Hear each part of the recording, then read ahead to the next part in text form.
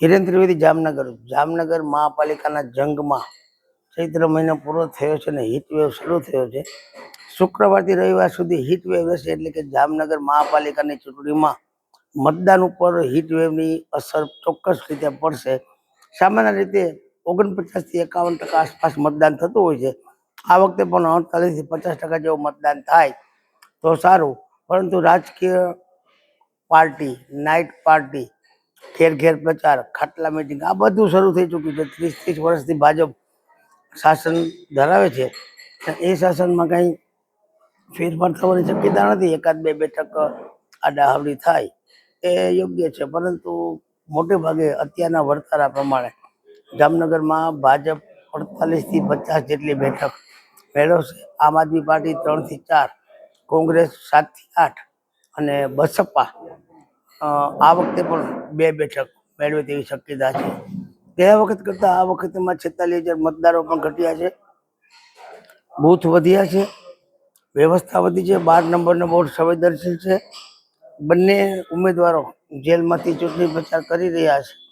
આ સિનારીઓ કઈ રીતનું ચાલશે અને સંવેદનશીલ વિસ્તારમાં કઈ પ્રકારનો અનિચ્છનીય બનાવ ના બને તે માટે પણ વિચારાય છે. 3-4 વોર્ડમાં ભાજપને થોડી મુશ્કેલી પડશે. એકાદ બે બેઠકની ખોટ સહન કરવી પડશે, પરંતુ બેડી છે, વોર્ડ નંબર 6 છે, વોર્ડ નંબર 16માં ગુમાવશે.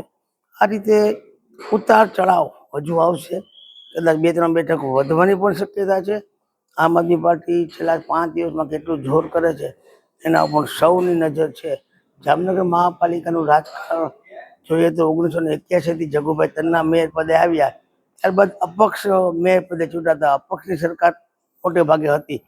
30 વર્ષથી ભાજપનું શાસન છે. કેટલા બધા વિકાસ કામો થયા છે જામનગરમાં, ન થયા હોય એટલા બધા વિકાસ કામો થયા છે. તેની સામે થોડાક અધૂરા પણ છે અને બજેટમાં સમાવેશ કર્યો હોવા છતાં પણ કેટલાક કામો આજ સુધી શરૂ થયા નથી. જામનગર ક્રિકેટનું મક્કા મદીના કહેવાય છે.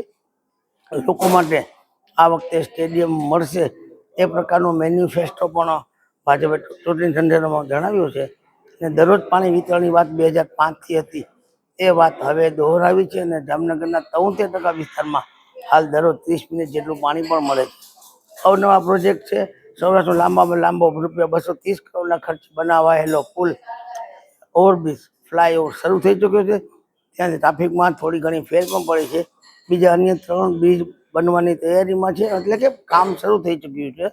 આવી રીતે વિકાસની ગાથા તો સારી છે જ, પરંતુ જામનગરની હદ 32 કિલોમીટરમાંથી 128 કિલોમીટરની થતાં કેટલીક આનુષંગિક સેવા, લાલવાડી છે, બીજા જોડિયા ભૂંગા છે, આ બધી સેવા હજુ સુધી અમુક વિસ્તારમાં પહોંચી શકી નથી. અને આજે પણ અમુક વિસ્તારમાં જામનગરમાં ટેન્કરથી પાણી આપવામાં આવે. 2005માં શહેરને ફરતો રિંગ રોડ બનાવવાની વાત હતી, એ હજુ પૂરો થયો નથી, પરંતુ મેનિફેસ્ટોમાં અમે બીજો રિંગ રોડ બનાવશું આવું પણ કહેવાયું છે. પ્રથમ રિંગ રોડ પૂરો થયો નથી. સ્પોર્ટ્સ કોમ્પ્લેક્સ હજુ શરૂ થયું નથી. ત્રીજું સ્મશાન ક્યારથી બનાવશું વાત થાય છે, એ પણ શરૂ થયું નથી. એટલે અમુક મહત્વના પ્રશ્નો એવા પણ છે, પ્રોજેક્ટ એવા પણ છે તે શરૂ પણ થયા નથી. ભુજ્યો કોઠો હવે લોકો માટે ખુલ્લો મુકાયો છે.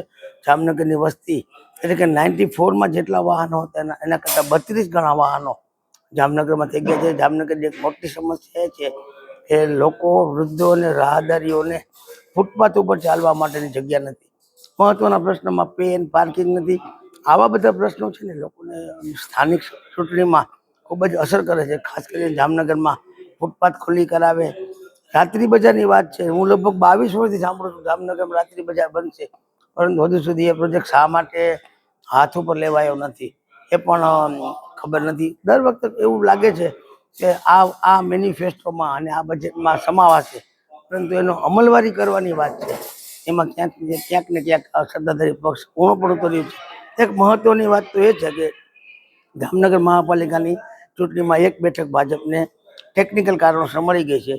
63 બેઠક બાકી છે. એની સામે હું વાત કરું, હું લગભગ 39 વર્ષથી પત્રકાર છું. ભાજપ, આમ આદમી પાર્ટી અને કોંગ્રેસ એના 78% ઉમેદવાર એવા છે કે અમે પણ ઓળખતા નથી. અમે ન ઓળખતા તો લોકો ક્યાંથી ઓળખે? એટલે કે આ વખતે નવોદિતો એ ભરમાર છે. ભાજપે નવોદિતો ઉપર ભરોસો મૂક્યો છે. સિનિયર નગરસેવકો માત્ર 3 જ છે. ભાજપ કોને મેયર બનાવશે, કોને ચેરમેન બનાવશે એ તો પછીની વાત છે, પરંતુ આ વખતેનું શાસન કઈ પ્રકારનું છે? નવોદિતો છે, શિક્ષિત પણ છે. એની સામે આમ આદમી પાર્ટી પાછળ એવું છે, બધા નવોદિતો છે. કોંગ્રેસમાં પણ એવું છે કે લગભગ જૂનાને કાઢી નાખવામાં આવે છે. નવોદિતોની સરકાર એટલે કે નવોદિતોનું રાજ એવું રહેશે.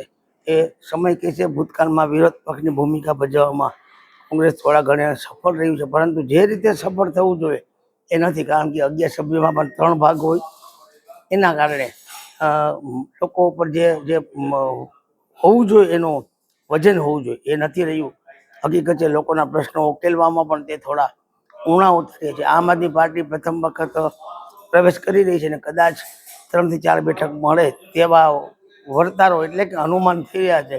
આ તો જો ને તોની સ્થિતિ છે. પરંતુ એક ચોક્કસ વાત છે કે આગામી ચૂંટણીમાં 28 તારીખે મતદાન ઓછું થશે, આકરો તાપ હશે, પરંતુ તાપમાંથી બહાર નીકળીને શીતળતા લેવા માટે જામનગરમાં ફરીથી ભાજપનું શાસન આવશે એ વાત તો નક્કી છે.